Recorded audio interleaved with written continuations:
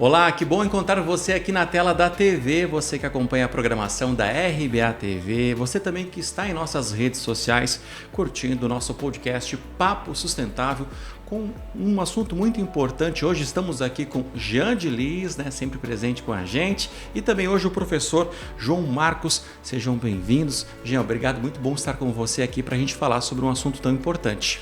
Marcelo, obrigado a você aí, a RBA, a Fundação pela parceria no Papo Sustentável ODS na Prática, hoje com um convidado muito especial, ele que é da ODS, que coordena alguns projetos, dos quais nós vamos abordar hoje, é doutor na área, mestre, doutor, então a gente gosta muito de trazer a academia aqui para dentro, né? O que nós temos marcado no Papo Sustentável não fica só no achismo, porque é isso, porque é aquilo, porque é enchente isso e aquilo. Nós temos alguém que é pesquisador, que está na frente de projetos importantes para o estado de Santa Catarina, em especial do Alto Vale. Então, essa grata satisfação de falar do programa SC Águas, que é essa parceria com o governo do estado e com a UDESC. E antes de você apresentar o nosso convidado, eu quero deixar uma coisa bem clara aqui, porque de vez em quando a gente faz alguns cortes do programa, e teve um corte do programa que bombou, no caso que o Jean estava falando sobre o problema climático que nós enfrentamos. E aí os comentários eram: meu Deus, temos só especialistas aqui. Gente, o corte é para isso, é para impactar, é para trazer você para conhecer o programa, para ouvir o programa na íntegra, que é muito importante, porque o corte é um momento, é um pedacinho só do programa.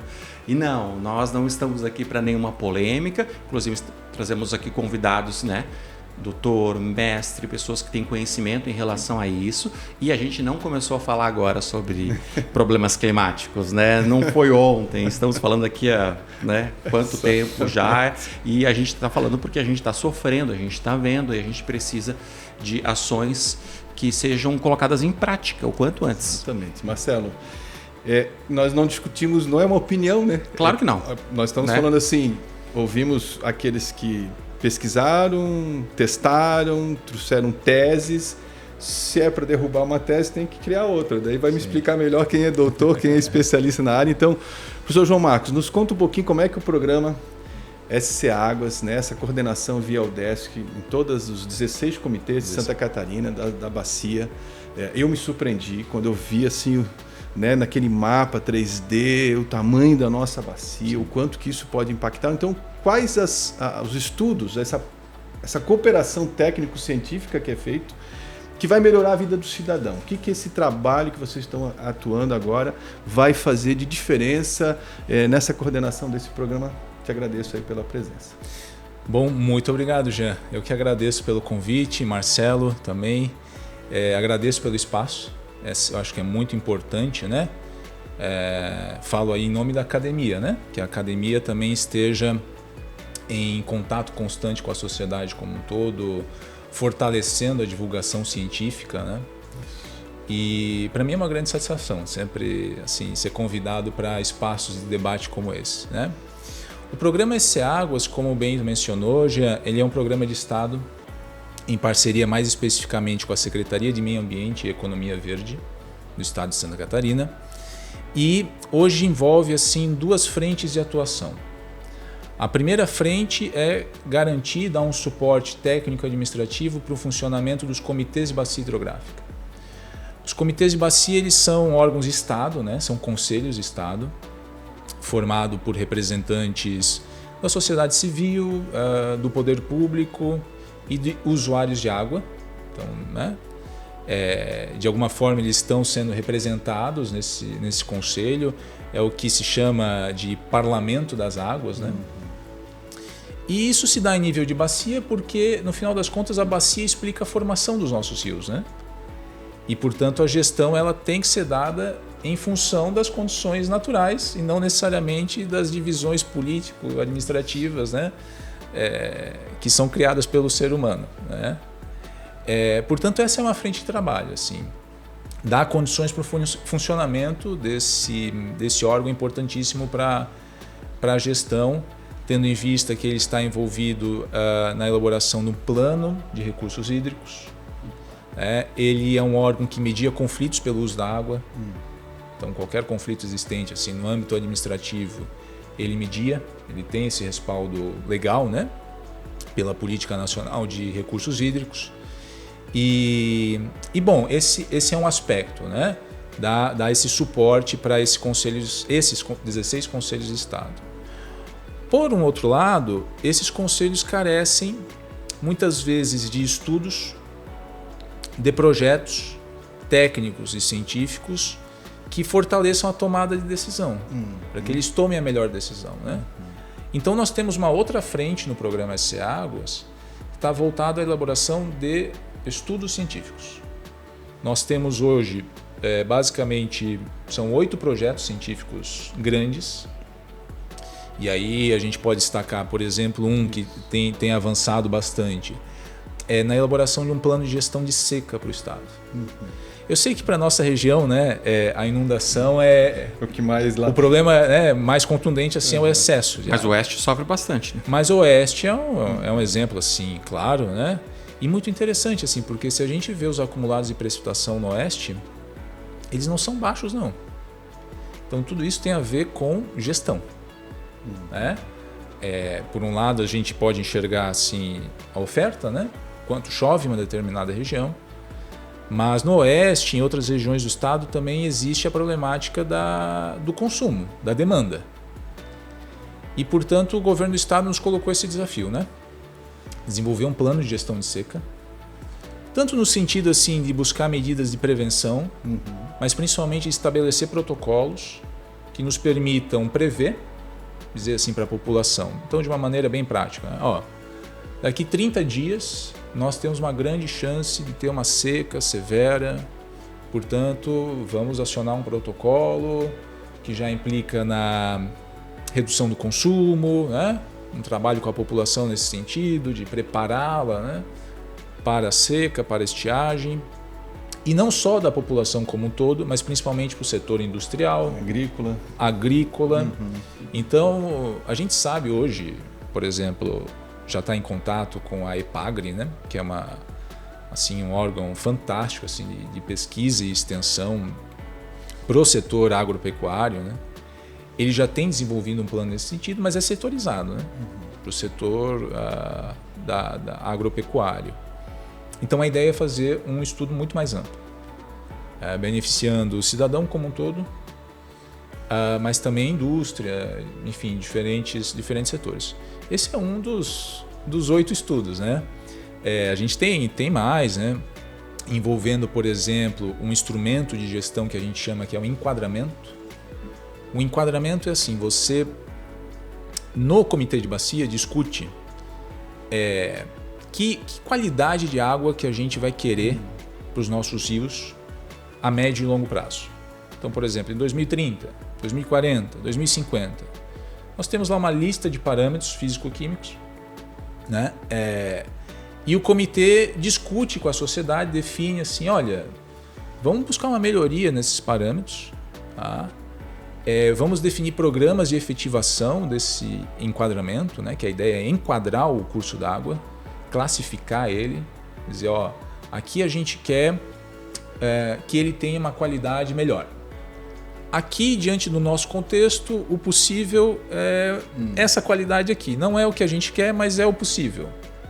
Então, o enquadramento assim, é um outro estudo que a gente está desenvolvendo e é fundamental nesse sentido que não tenho dúvidas, assim, no futuro, a médio e longo prazo, vai permitir a melhoria da qualidade da água aqui nos nossos rios e da água subterrânea no estado também. Marcelo, eu aqui fico pensando, então, lá o cidadão observando o que ele poderia, né? Nós falamos do setor industrial, que tem um papel fundamental, e aí traz como importante é para uma tomada de decisão você ter dados, informações e pesquisas, porque senão serão somente investimentos às vezes até jogados fora, porque eu acho que deveria ser isso, eu acho que seria, olha, agora tem um estudo e é o que é possível. Mas então nós cidadãos, né? Indústria, agricultura, e o cidadão que pode contribuir com isso, né? Ele preservar nascentes, ele cuidar como que ele dá o destino dessa água, o que daria para nós provocarmos, né? Todos os setores Sim. que estão comprometidos com o desenvolvimento sustentável, que de repente ele não dá tanta bola para isso, mas que daqui a 5, 10, 20 anos, essa pode ser uma discussão muito forte, né? A que água que nós estamos recebendo, como estamos recebendo, isso não foi nossa culpa dela estar como está, né? Sim, sim. Vamos lá, a lista eu acho que é longa, né? A lista é longa, mas eu diria assim, isso precisa estar na pauta, na política, né? Eu acho que o cidadão precisa estar em alerta e consciente a respeito assim de como os gestores pretendem encarar essa problemática, tanto na qualidade das nossas águas, como a questão das secas, como a questão das inundações, né? Eu acho que hoje é inadmissível, assim, em parte de um gestor público, né, não ter pelo menos assim uma opinião formada ou pelo menos, né, um quadro técnico que ajude a tomar a decisão. Então, eu acho que a população nesse sentido precisa ficar em alerta, né, das opções assim no âmbito político. Mas também ela própria precisa assumir assim a responsabilidade, né? Isso começa desde um consumo consciente da água em casa, né? E assim é fundamental, é muito importante, né? No âmbito já industrial, eu acho assim, a indústria é muito forte em Santa Catarina, né? Tem um peso fundamental assim na economia do estado. E claro, diante disso, a gente imagina assim que o consumo de água é bem significativo e a geração de efluentes, esgoto sanitário também. E nesse sentido, fica o desafio para o setor industrial e econômico como um todo ter uma visão assim mais de longo prazo, né? E que em alguma medida busque também uma contribuição para a sociedade como um todo, né?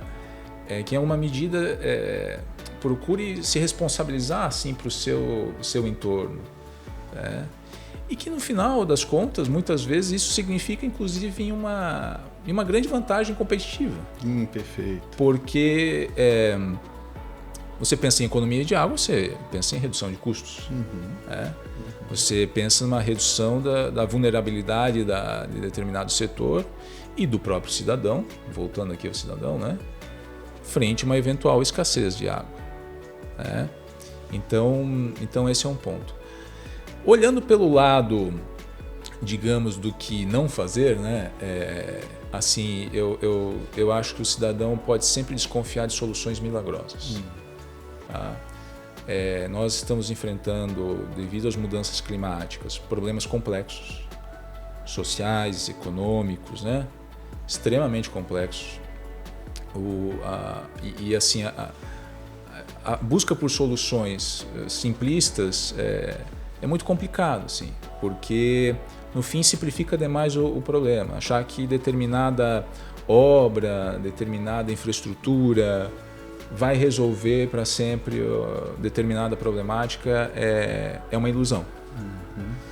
E ao mesmo tempo que determinado gestor, que determinada pessoa também vai tomar a frente e resolver por si só, também é uma ilusão.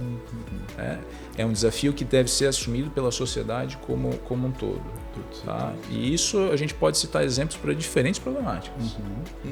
Inundação, né? Essa preocupação então em relação ao cidadão, né? Onde ele vai morar, onde ele vai se expor, né? Ao risco, mas também ao gestor como um todo, assim, de pensar em medidas efetivas, né, para o combate à inundação, eventualmente para o combate à seca. Perfeito.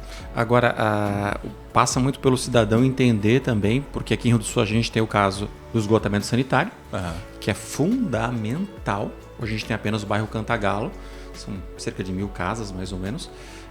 E eu falo isso porque estou no grupo do bairro e o pessoal reclama muito. Mas passa pelo cidadão entender que é muito importante o tratamento de esgoto e que a gente precisa fazer isso pensando em ver uma qualidade do rio um pouco melhor, que vamos deixar para os nossos filhos. Mas nosso tempo está terminando aqui. Eu queria perguntar para o professor, o que o senhor espera do futuro aqui no Alto Vale daqui a 20 anos? Olha, eu acho que é muito fácil ser pessimista, né? É muito fácil, né? Então eu prefiro ser otimista, sim. Eu visualizo que o Alto Vale, ele tem hoje uma problemática bem destacada que é a inundação, e ele tem uma oportunidade de ser uma referência para o mundo, tá? Em relação ao enfrentamento das inundações. Porque eu vejo que em alguma medida isso tem mobilizado a população. Né? Se eventualmente algum grupo tem uma opinião correta ou não, mas a discussão está posta. Né? Eu vim há pouco tempo morar em Rio do Sul, eu sou de Blumenau, né? Também sei muito bem, conheço a realidade das inundações. Blumenau também sofreu demais. E vejo que as pessoas... Eu conversava com um casal, né, amigos de amigos, e disseram, mas você não veio morar em cota de inundação, né? Quer dizer, isso já... A gente sente a temperatura, Sim. Né? Percebe que a população está bem atenta. E, no entanto, a gente tem que buscar assim, o melhor. Visualizar o que tem sido feito de melhor em países desenvolvidos, né? Em países que são assim, referência no que compete ao combate à inundação, e buscar reproduzir o que está dando certo. O que está dando certo. A gente não precisa inventar a roda. Né? Portanto, eu visualizo uma grande oportunidade para o Alto Vale, principalmente no que compete à inundação. Tá? Eu vejo que a gente caminha, falando de esgotamento sanitário, ainda de maneira limitada, passos lentos, para a universalização do acesso ao esgotamento sanitário. Mas isso tem perspectivas de melhorar. Eu acho que tem assim, a gente tem condições, tá? E, portanto, o que eu visualizo assim são boas perspectivas. A questão é aproveitar essa oportunidade, esse problema, ver que a população está mobilizada e elevar a discussão no sentido de considerar o que está sendo feito de melhor no mundo. O que dá certo, o que dá errado, o que tem que ser adaptado aqui, né?